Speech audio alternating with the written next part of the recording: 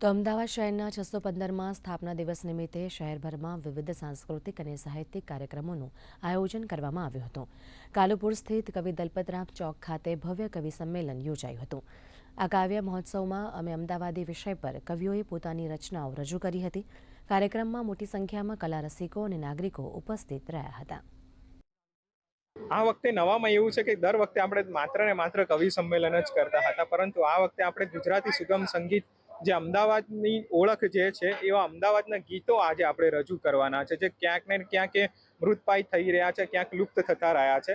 તેવા ગીતો આજે ગુજરાતના કલા સાધકો આજે રજૂ કરવાના છે. ફોડ સંસ્કૃતિ જે વિશ્વભરમાં વિખ્યાત છે, અમદાવાદના ફોર્ટ વિસ્તારમાં આવેલી હેરિટેજ વોક દ્વારા આપણને શહેરના ઇતિહાસને નજીકથી અનુભવી શકાય છે.